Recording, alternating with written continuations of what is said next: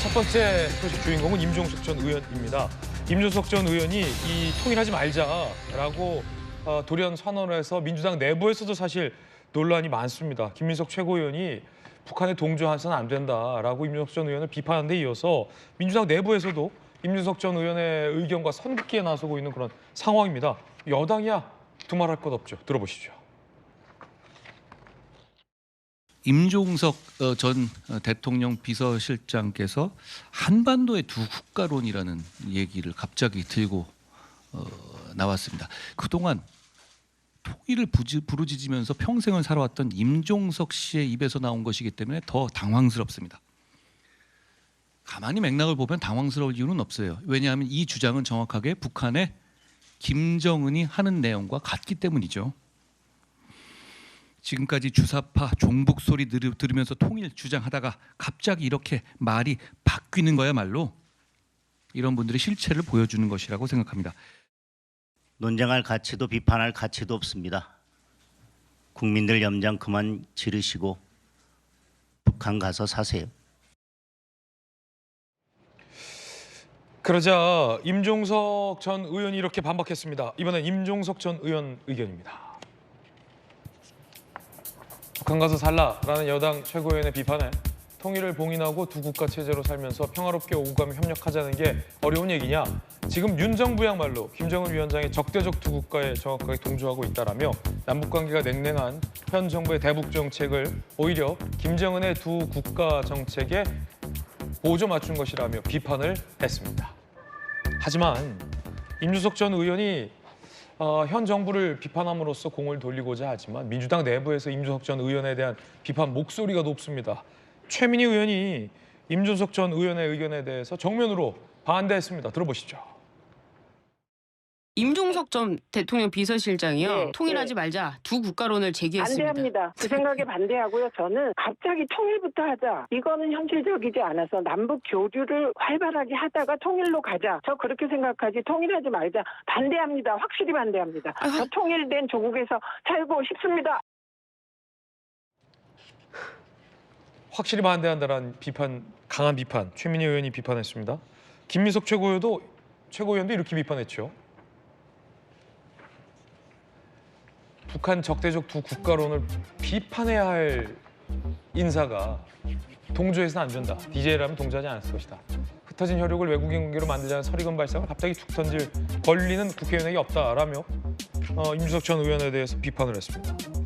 이른바 민주당에서 임종석 선긋기에 나서는 건 아니냐라는 관측이 나왔는데요. 조승래 의원, 자연인 임종석의 의견, 나는 자연인인가요? 자연인 임종석의 의견에 대해 당이 정색하고 논의하는 것은 적절치 않다. 개인 의견이라고 생각한다라며 선을 그었습니다. 이쯤 되면은 김유정 의원님 선을 거의 유성 매직으로 그은 거 아닙니까? 우리는 저 의견에 동의. 최민희 의원 보세요. 반대합니다. 통일된 조국에서 살고 싶습니다. 그렇죠. 그런 셈이죠. 그 개인 의견입니다. 개인 의견 맞고요. 당에서 이 문제를 가지고 논의해본 바도 없고 당의 어떤 강령이나 혹은 뭐 이미 헌법 전문이나 헌법 사조에 나와 있는 것처럼 평화 통일을 향해 가는 어떤 그 우리 민족의 지향점 이런 것들이 나와 있는 거라서 만약에 이게 현실적으로 임종석 전 실장의 이야기가 가능하게 되려면 개헌해야 될 문제잖아요. 그러니까 당내에서 논의해 본 바는 없고 아마 그 마음은 알겠어요. 이 윤석열 정권에서 남북관계 긴장도 높아지고 뭐 힘에 의한 평화 얘기하고 강조했지만 결국 돌아오는 거는 뭐 무인기 침범이나 오물풍선, 현존하는 위협으로 실존하고 있는 거 아닙니까? 비행기도 지금 어제만 해도 뭐 2차례인가 그 지연해서 이륙하고 또 실제로 불나고 막 이런 현존한 피해가 오고 있잖아요. 차량도 불나고. 그러니까 결국 돌아오는 게 그거냐. 그러니까 이럴 바엔 차라리 뭐 이런 얘기인지는 모르겠습니다만은 조승래 그 수석 대변인 이야기 너무 이 문제에 과몰입돼서 굳이 임종석 전 실장 키워줄 필요 뭐 있겠느냐 이런 얘기인 것도 같고요. 지난 총선 이래로 거의 이제 그 잠적이라고 해야 될까요? 그건 과언인가요? 보이지 않다가 지금 6개월 만에 모습을 나타내서 이제 공식 석상에 등장한 셈인데 임 실장이 존재감은 확실하게 드러냈죠. 지금 저 발언을 통해서 그 정도의 생존 사실 고지 차원의 어떤 발언이 아니었나 이런 생각도 들고요. 그래서 생존 신고를 굉장히 거칠게 세게 했군요. 예, 세게 했죠. 근데 이제 본인이 뭐 그 북한이 얘기하는 적대적 두 국가라 얘기하고는 다른 얘기다 이렇게 얘기를 하고 있는데 민주당은 김대중 대통령이 얘기하셨던 튼튼한 안보를 바탕으로 한 굳건한 한미 동맹 그리고 중국 러시아와의 상호 교류 그리고 상호 협력 그리고 교류 확대를 통해서 통일을 기다려보자라고 하는 그 네. 기조하에 있다는 것을 다시 한번 말씀드리고요. 개인 의견이니까 당내에서 이거 가지고 더 논의가 이어질까 그런 생각이 듭니다. 그러면 여야 모두의 결론이 나왔군요. 여야 모두 임준석 전 의원의 의견은 부적절하다라고 판단을 하고 있다는 거고 그 말은 김민석 최고위원의 주장에서처럼 임준석 전 의원의 의견은 김정은의 두 국가론에 동조하는 것으로도 비춰질 수 있다는 겁니다. 야당도 그렇게 얘기하고 있는 상황. 그러면 임준석 전 의원, 운동권 출신, 주사파 출신 임준석 전 의원은 왜 저런 의견을 냈을까? 왜 김정은에게 동조하는 것으로 비춰질 만큼의 오해 섞인 발언을 했을까가 궁금합니다. 그런데 임준석 전 의원의 저 발언은 다른 의미로도 해석해 볼 수 있습니다. 영국 주재 북한 대사관 공사 출신의 태용호 전 의원, 지금 민주평통 사무처장이죠. 이렇게 지적했는데 북국가 체제를 수용하자라는 것은 북한의 비핵화를 포기하자라는 주장과도 같다. 일리 있는 지적이라 생각됩니다. 들어보시죠. 대단히 충격적이었어요. 임종석 실장이나 또 임수경 전 의원 같은 분은 북한에서도 북한 주민들도 대단히 통일의 그런 아이콘으로 이렇게 알려져 있는 인물이거든요. 이제는 두 개 국가로 가자 네. 이렇게 말씀하시니 저 같은 사람은 큰 충격을 받을 수밖에 없죠. 이렇게 되면 비핵화 포기 주장입니다. 비핵화를 하지 말자 이거나 예. 같거든요. 임준석 전 실장의 두 국가 체제 수용은 비핵화 포기다. 일리가 있는 것이 사실 지난 정부에서 임종석 전 실장이 대통령 비서실장으로 있던 문재인 청와대에서 사실은 남북 관계를 개선하고 남북 정상회담을 하던 이유가 비핵화였잖아요. 그런데 결과적으로 비핵화도 못했고 이제는 통일도 말고 두 국가 체제를 하자? 무책임한 거 아닙니까 너무? 정말 무책임하죠. 사실 저희 지역구는 6.25 이전에는 북한 땅이었습니다. 38선 이북에 양양의 절반, 고성, 인제 등이 이렇게 있는데 저희 지역에서 향후회가 있잖아요. 각 그 뭐 호남 향후회, 뭐 경상 도민회 이렇게 있는데 가장 인원이 많은 도민회가 함경 도민회입니다. 그만큼 함경도 실향민들이 많이 모여 삽니다. 이유는 뭘까요?